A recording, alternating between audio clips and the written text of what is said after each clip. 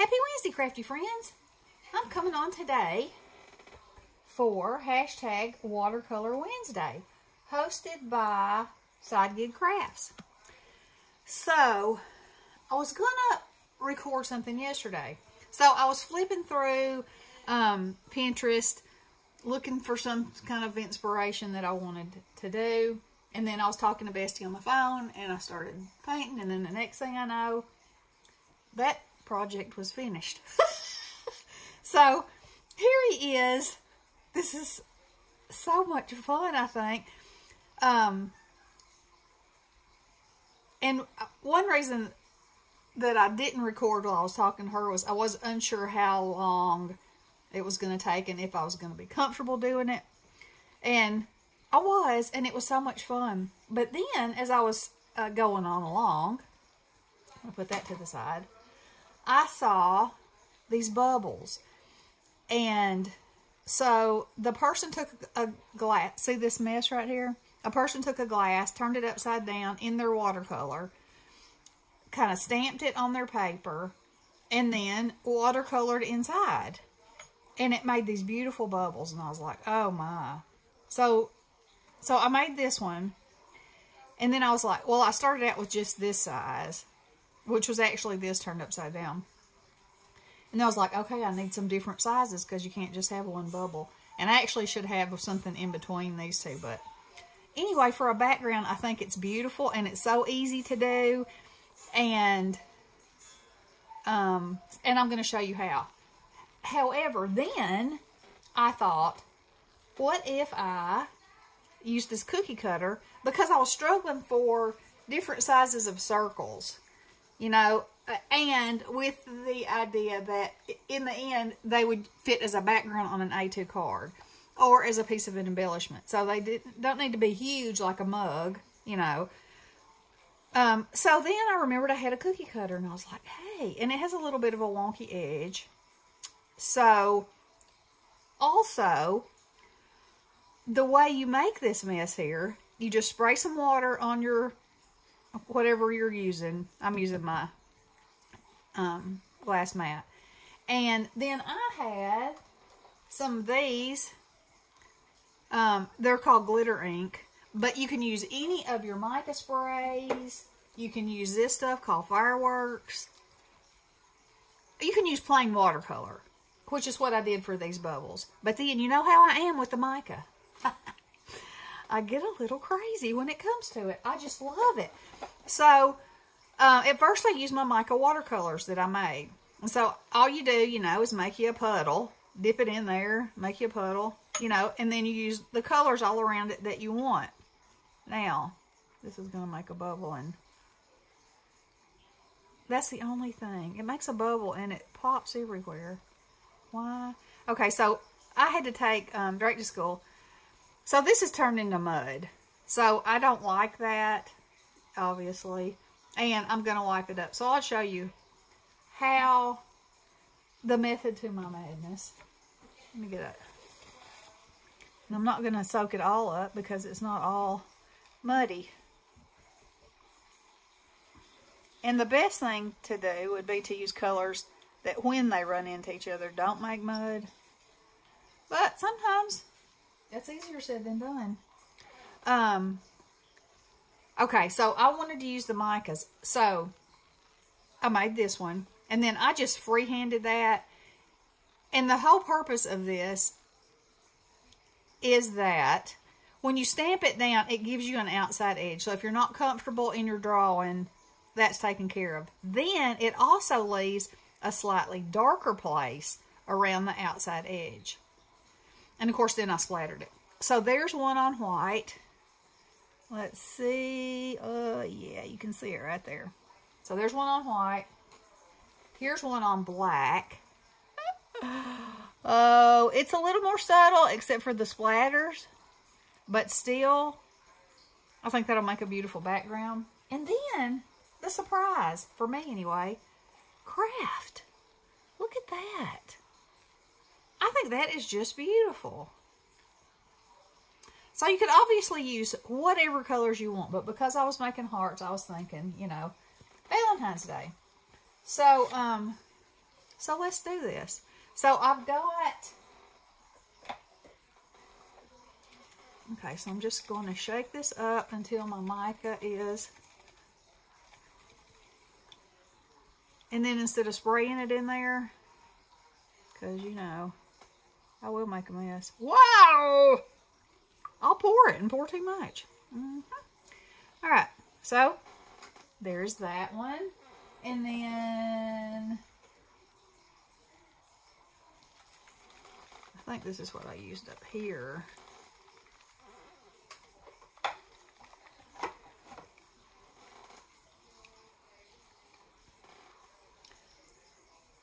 Much easier to control. That looks kind of red though. I don't know.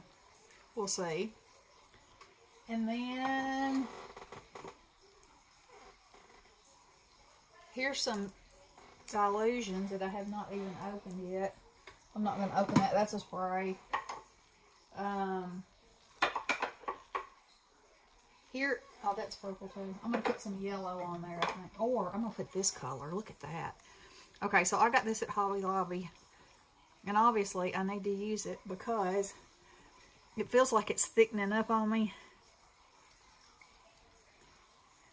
Alright, so these were Dr. Martens, Dr. P.H. Martens.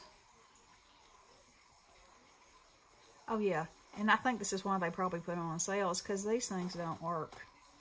The sucker-upperers. Ooh, that's going to be pretty. Look at that reacting with that. Okay, and then they had used a little bit of yellow on their bubbles. No, I don't think I'll use any yellow on these. Alright, so this should be clean water. Obviously, it's pink. So all you're going to do is set your cookie cutter in there. Make sure that it's inked up good. And set it on your paper for just a second. Now, because these are watercolors, even if you set it on there long enough to dry, it'd be fine. Okay, so you take a brush that's pretty wet, not dripping, but you know, and then you just start kind of dabbing that edge and pulling out, and your watercolor does all the work, which I think is the bomb diggity. You know, and you want to leave some space that's completely white because that's your highlight, you know. So just dib dab dob. Leave a place right there.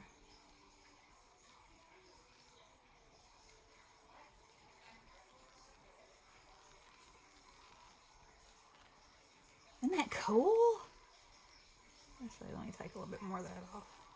And then, okay, so let's say you want an area to be deeper. Get a little bit of your water off, dip back into your color, and tap, tap, tap. And look, it does everything. It does everything for you.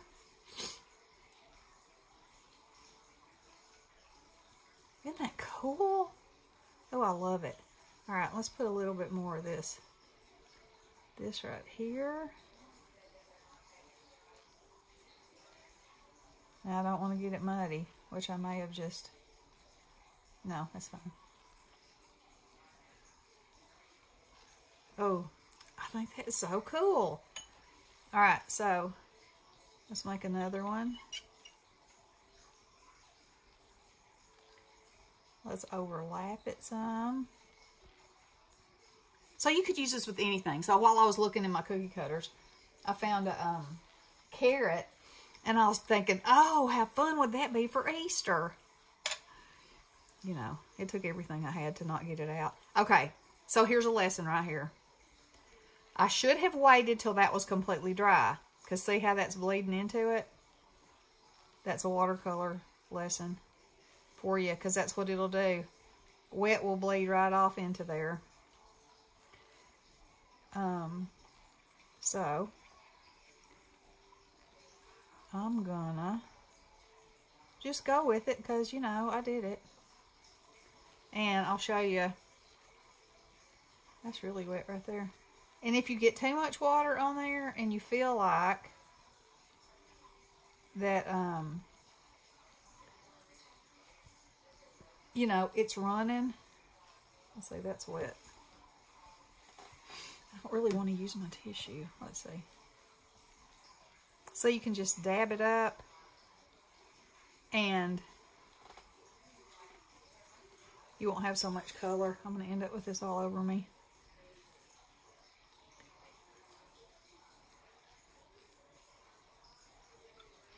Okay, let's get some of this over here. Ooh, that's orange. Oh, I like it though. Yeah. All right. So up here, we're just going to take the brush and wipe and wet a little bit and wipe until I get that like I want it. Okay, and then I'm going to dry it a little bit so I can clean that edge up. Because like I said, if it's dry, it won't run like that. And you can let it, I let my others dry by themselves, but this is only because I overlap these two. And look how, when it's dry, how it just, the depth. And you can, you know, move the water around a little bit to change the way your design looks. All right, so I'm going to take some of this purple and just make this a sharper edge. Like that.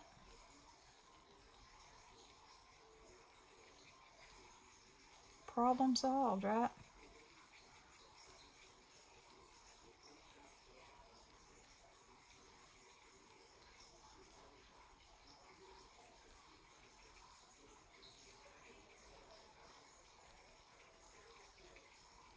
And if you want a little more of that watercolor look, you know, you just dab some off. I don't like that flat line right there. That needs to be kind of blended up into there. But isn't that pretty? And then when you turn it and you can see that mica in there, ooh la la. Okay, so I'm going to splatter all these at the same time. Let's see how much time I have invested. All right, so I'm going to do, I want to do one on each one of these just so you can see. And actually, I probably don't need any more than what I've already got. Oh, those bubbles. Let's see.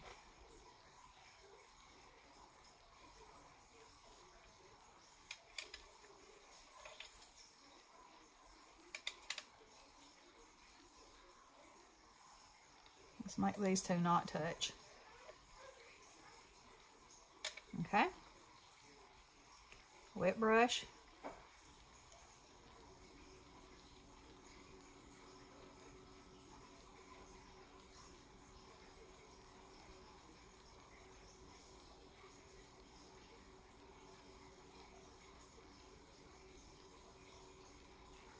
And I love that it leaves that line, because that just gives a little dimension to your heart.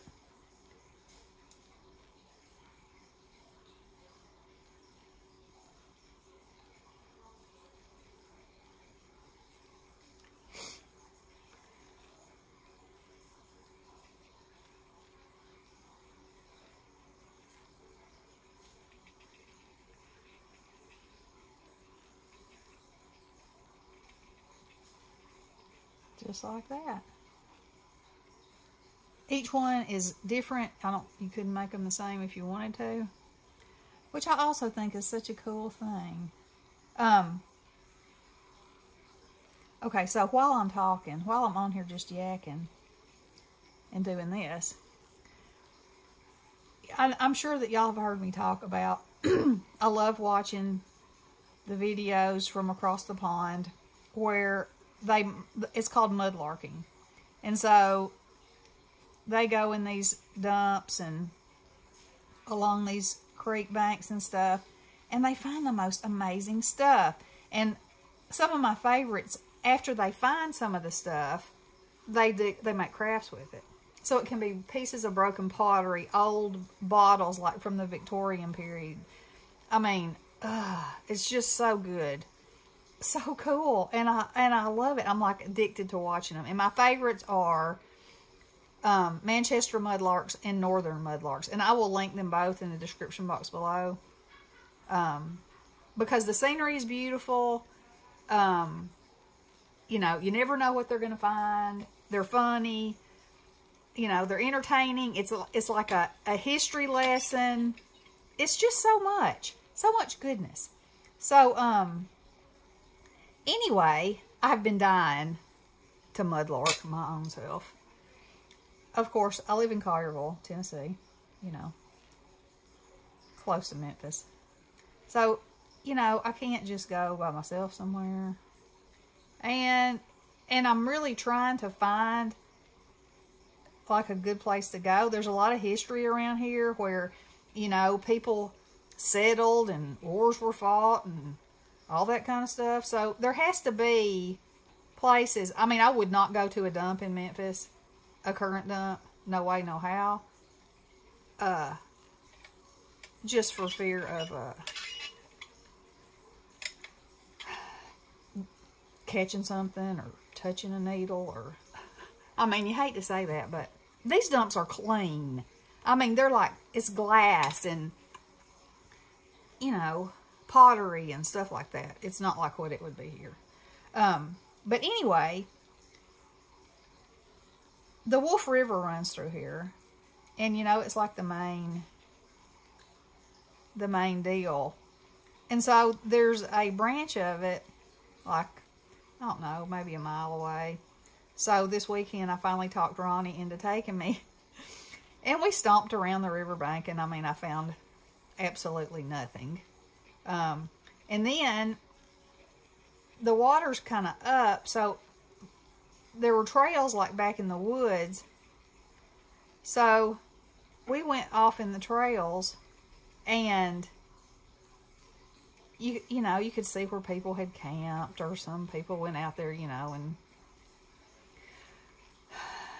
partied and left their trash. You know, that ain't my jam. That ain't what I'm looking for. So my first mudlarking experience, and I didn't bring it home, and I probably should have, because you know, just to commemorate my first thing that I found. So it was so rusted that, I mean, it had been there a long time, obviously. It was a can of baked beans, and it had been stabbed in the top. But the stabs, I don't know how they got any beans out, because they wasn't really big enough.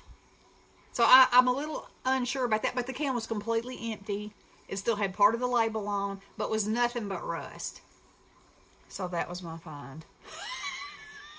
It wasn't anything like a vintage poison bottle, or a piece of someone's most elegant china, or a tile from a beautiful fireplace, or a glass bottle stopper, you know, or a bead, or, you know, any of the awesome and cool stuff that they find.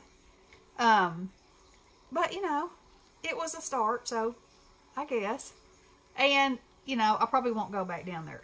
And as we were walking, we passed this couple, and they were obviously walking in the woods and doing a little wacky weed, if you know what I mean.